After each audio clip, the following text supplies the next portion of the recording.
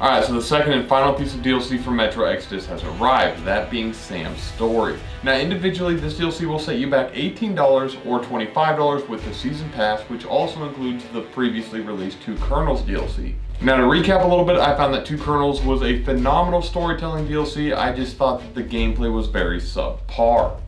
I'm happy to say that this is not the case for Sam's story. This has a large chunk of content that mirrors the open-ended level design found in the main campaign. You play as Sam directly after the story of the base game, and without spoiling much, because of the sense of peace that's established, Sam takes this as an opportunity to travel back home and try to reunite with his elderly father, with the hope that he is actually still alive. Along the way, Sam comes across an opportunity for free passage to his destination via a submarine. All he has to do is track down the captain and convince him to help. This objective becomes the main focal point. Now the story is much less impactful than in the Two Kernels, which is a shame. Some of the characters are interesting, which can lead to some entertaining scenarios, but its simplicity and anticlimactic conclusion left me only mildly interested. I mean, why aren't you drinking? Hey, Ed! I'm here. You are there too? Weird. I need a drink.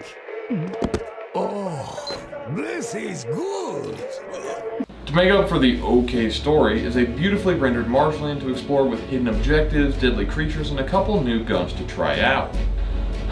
The main objectives have excellent pacing, with each new area leading you to fresh gameplay encounters, whether it be disarming hidden mines, facing off against mutant humans in a claustrophobic building, or having a shootout on the docks. I never found myself getting bored. Not to mention the crazy huge Batwing mutant boss encounter, which pops up a few times during your playthrough, which will likely take you between 3 to 5 hours if you focus mostly on the main quest line. If you want to do all of the optional collecting, I would guess you're looking at over 5 hours of content, which does make the $18 price tag a bit more justifiable, although still a tad high if you ask me.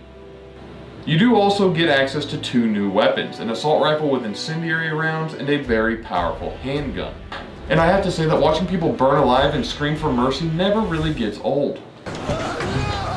Alright, so my only other real complaints with this DLC is like during the boss fight with that Batwing mutant creature, as you're shooting at him, there's not a whole lot of visual confirmation that you're actually hitting him, and this just makes the boss fight feel a little bit less impactful. So a lot of the issues that existed in the base game are still present in this DLC, like a general lack of polish with the shooting, the movement feels a little bit janky, and you will undoubtedly run across some dumb enemy AI and some just minor glitches here and there. But if you were able to overlook that in the base game, I don't think you're going to think it's a problem in this DLC. Which is why I would absolutely recommend this DLC for anyone who's been interested in returning to the Wasteland.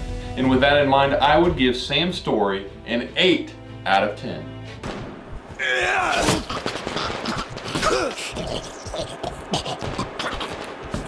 What?